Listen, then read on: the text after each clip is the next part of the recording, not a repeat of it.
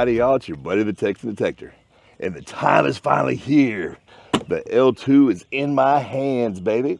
First, we're going to go over a few things about the L2 in case you haven't heard. They say it has an enhanced performance, all-terrain targets, which now it has a park, a field, a beach, a relic, and a gold mode dedicated. Before the relic and gold mode, you had to kind of toggle through. Expanded target ID. I'm kind of excited about this. They're going back to the 99 VDI scale. That was what they had previously on the Simplex Plus.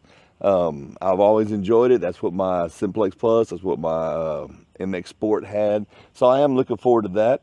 Enriched audio. There's now 7 tone options. They've actually replaced 60 tone with a 99 tone, which I was playing with a little bit last night, and it sounds freaking amazing.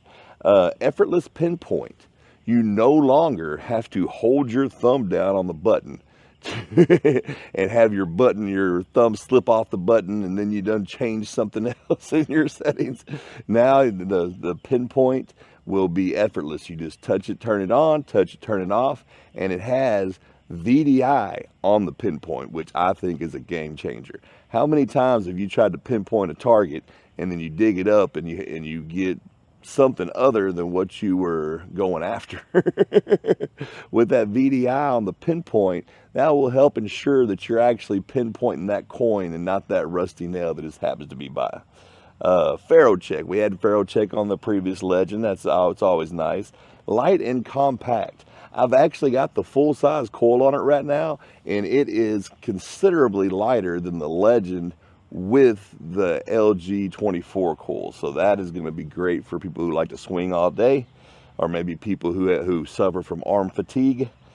Strong, clear audio. I've already talked about the audio a little bit. It's got a larger battery. It's supposed to be a larger runtime. We're going to have to find that out in the long run. And rugged and durable. Nokta has always been rugged and durable. I've really enjoyed my Nokta products. I don't really treat my detectors like princesses. They're treated like tools, and that's what happens. In the box, you do get your Bluetooth headphones, which is always great. And this set, which I love so much about, is you get your full-size coil, and then you get your little sniper coil. This one, I want to say, is a 5x8. Now, you are losing an inch of length compared to the LG 24. I believe this is the LD 24. You will lose a little bit of coverage, but you will gain more separation. So we're going to have to see if I love that as much as I love the LG 24. So far, I'm really excited to get out there and do a little detecting with it. Unfortunately, of course, my detector was shipped after I just came back from detecting. This is not normally a day I'd be out detecting, but I had to sneak away. We're going to do a few things. Now next, give me just a second. I'm going to set up the detector, and I'm going to run you through the settings real quick. You know, I'm not a huge settings guy. I kind of have an idea in my mind where I want it to be, and I'll adjust it from there when I need to. But I'm going to run you through the settings just so if you decide to get you an L2 you'll be able to start off and hit the ground running. Won't have to spend hours going through the manual. I've actually already been through the settings, and they're really, really user friendly. That was one complaint I heard a lot about the Legend, was it was so complicated because a lot of the menu options you had to piggyback off another menu option. This one actually has a quick menu and then a full menu. I think for the most part, people are only going to be using the quick menu unless you need to, well, we'll get into that in just a minute. Let me move things around. I'm going to put you on a chest mount so I can use both hands, and I'm going to run y'all through the settings, okay? I'll be right back. Well, all right, y'all, here we go. We got the L2 ready to fire up. This button right here is going to be your power button. You're just going to hold that down for a second till you see L2 pop up. It said right there at the top, it said the latest firmware. It's 1.02. And there you go. Now, to get into your quick menu, you can either use the up and down arrow, or you can also press the quick menu button. First, you're going to have your sensitivity. You know, you can bump it up, turn it down. I got my volume turned down so you're not going to hear a bunch of crazy stuff yet. This is going to be your frequencies. You start off, there's M1, there's M2, there's M3, and then if you want to get into single frequencies, you got 4 kilohertz, 10 kilohertz, 15, which people think is probably the most all-around used frequency, 20, which is nice, and then 40 for you gold nugget hunters out there. That's probably what you're going to be wanting to go for. Personally, I normally like to run an M1 unless the conditions are wet. Then I normally go to M3, but that's a horse of a different color. Okay, this is going to be your discrimination patterns. I have it on G. You can put it on all metal if you see it fills up the whole bar. You can put it on ferrous, which cuts out all of your iron. Or you can put it on custom where you can adjust it. I like to work in ground because the parks that I detect at, they've been parks for a long time. There's all kind of little rusty, just nothing. And if I leave the ground on, it's just chirping at me all the time. This is your recovery speed. This is one of my most used settings. I have it set on 6 right now, but it goes all the way up to 10. It goes all the way down to 1. Now, the higher you have your recovery speed, the faster it's going to process signals, the better your separation is going to be, the better your unmasking is going to be. You can also tell the size of your targets much better with a higher recovery speed. Also, if you're on the tot lot like I am a lot, if you have a high recovery speed, you can get a little closer to those metal poles. Now, if you really want to maximize your depth, you may want to go down on your recovery speed, but you risk you do risk slurring your targets together. If you have a recovery speed of 1 or 2 and then you go over an area where it's got a couple signals, you will have some slurring of the signals because it's not going to process as fast. But you do get a couple extra inches on depth, so that could be something that you're interested in. Now, this is your bottle cap rejection. I stay away from bottle cap rejection like the plague because I always think of the bottle cap rejection as a little umbrella over the bottle cap.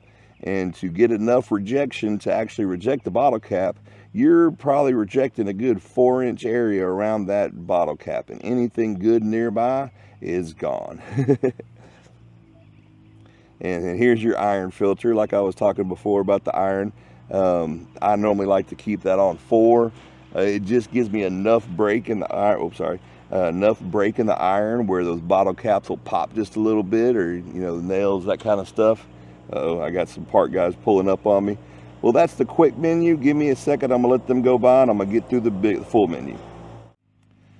All right, y'all, I'm back. Sorry about that little interruption. The part guys were coming by on their little, I don't know, the little side-by-side with a trailer on the back. They're emptying all the trash cans. They came and talked to me for a second. Nice guys. I did want to show y'all one more thing about the quick menu. If you, let's say you put it on recovery speed and then hit quick menu, the recovery speed stays there. So if you hit up and down, you don't have to go back into the quick settings.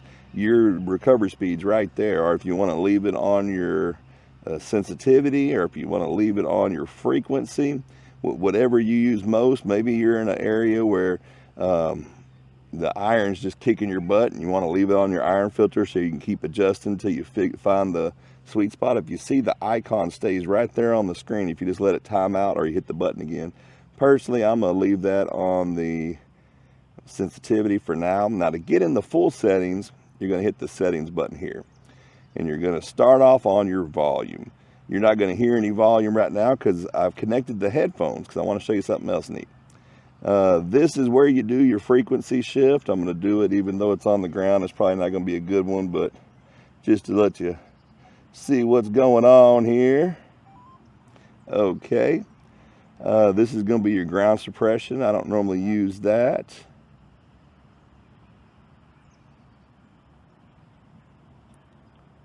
I forget what this is. Oh, this is another iron filter. This is your rejections. That's where you would notch anything out if you wanted to. This is the backlight. As you see, I have the backlight on so y'all can see. I'm gonna put it back on so y'all can see. This would be your vibration. This would be your flashlight.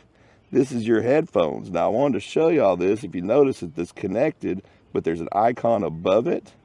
That's your Bluetooth 2. And then here's how you get into your tonage. And then up above would be all your, you know, tone buckets, all that kind of stuff. I don't really mess with that stuff. I like the preset just because I've had over a decade of training my ears to pick those sounds out. Once I hear a couple tones from a detector, I pretty much know what I'm looking for. So we're going to go ahead and get out of the settings there. One more thing I want to show you, this right here, that's how you get into your each different mode, whether it's park, you know, field, beach, relic, or gold. They all have 4 profiles you could have. And if you want to get to your profiles, you hit the little icon button. All right, well, that's the introduction of the settings. I do want to show y'all one more thing I thought was neat, and I'm going to wrap up this little video, and then we're going to go to the other side of the park where there's a nice open field. We're going to do a little video testing it out. Well, all right, I just wanted to do a little comparison here. I have my Nokta triple score here, and I have the new L2 here. Now, on my L2, I have no modifications on the shaft. On my triple score, I have both the extended middle shaft and the extended lower shaft. So, because I like a good long reach. I'm 6 foot tall with short legs and long arms, and I like to be able to reach everywhere. Now, something I wanted to show you here was even with both extended shafts, and they're both extended to the line. On the triple score, the shafts have a little white line. On the Legend 2, they actually made that line a lot more pronounced. It's a groove now, and it's red. But I don't know if you can see from where I'm at. I got to step over this thing here. The shaft is still a good, at least an inch longer, and that's with no modifications. And the other detector has 2 modifications to make it longer. And while I was here, I thought I would show you the difference of the footprint between the SC24 and the LD24. Well, all right, y'all. I hope that was a fun little introduction to the Legend 2. I will get back with y'all very, very soon on another video where I'm going to get out there and I'm going to throw some coins on the ground so we can learn the VDI numbers, and we're going to go hunting this little field and see what we can find. I was just really excited about the Legend 2. I wasn't going to do a true unboxing because everybody's already done an unboxing. When I was waiting for my tracking, I of course went to YouTube to see, let's see what the Nomads are doing. Well, they all had unboxings, and I'm like, well, it's already been unboxed. Let's get out there and get it dirty. And so, you know me, let's get it dirty. All right, y'all. I hope y'all enjoyed this little introduction. Until next time, happy hunting and stay dirty, my friends.